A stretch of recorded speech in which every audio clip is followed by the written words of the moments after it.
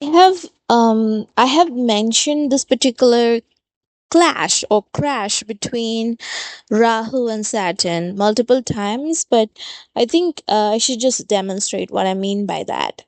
Okay, so before we get to that, I will just quickly touch upon the Ketu aspect thing. So Ketu is in Chitra Nakshatra in the bottom, and it's in Virgo sign, so it's aspecting all the other mutable signs.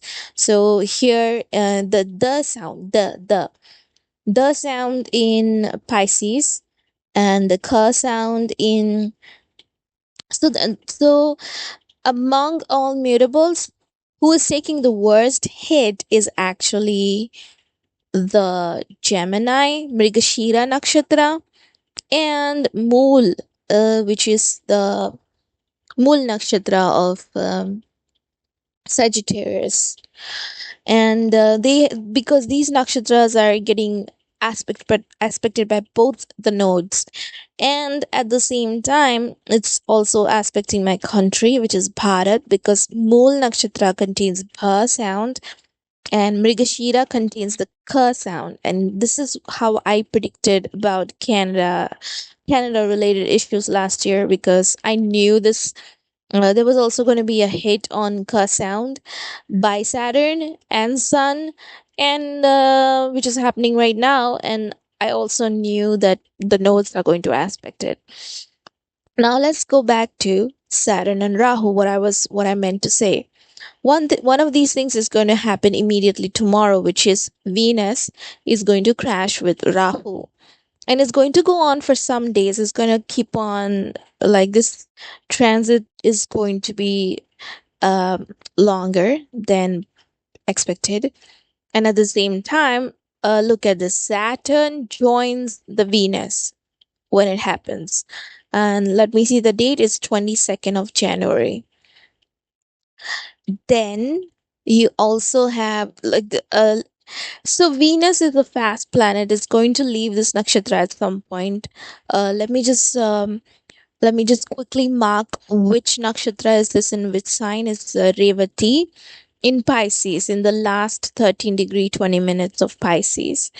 And mostly Pisces is going to be affected by it. But if Revati Nakshatra or Pisces is one of the important houses, like ascendant, or like any important house or active because of the current active dasha, then these people are going to experience the crash that I keep talking about.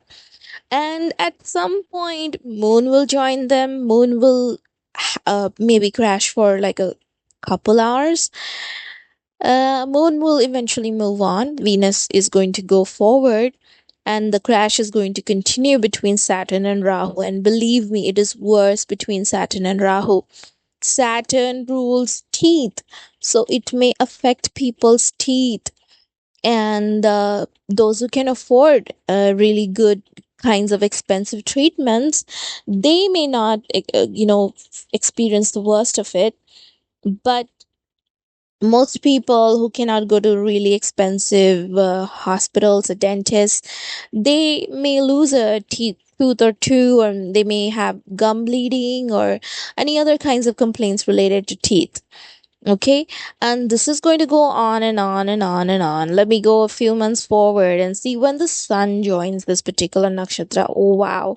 So let me just go a few days back and note the exact day when sun joins the crash, and it's on 7th of March in 2025.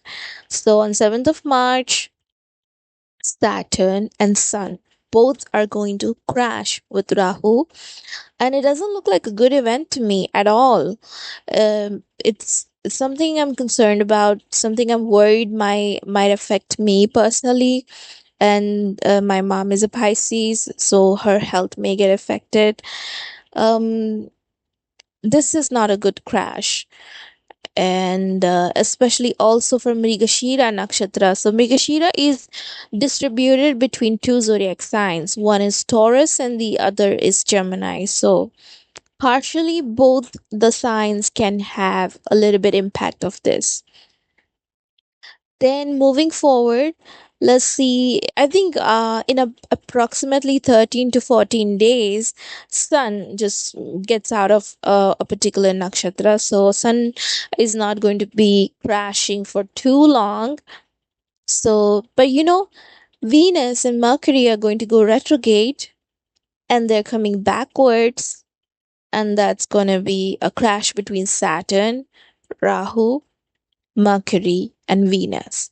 The sun is not in this crash unless sun is behind, degree wise, behind Venus and Mercury, but the crash is going to be between Venus and Mercury and Saturn and Rahu, because they are facing each other, they are moving in each other's direction. And this drama is going to go on for some time. Let's see exactly by when Saturn gets out of this nakshatra. And my estimate is probably around the month of May.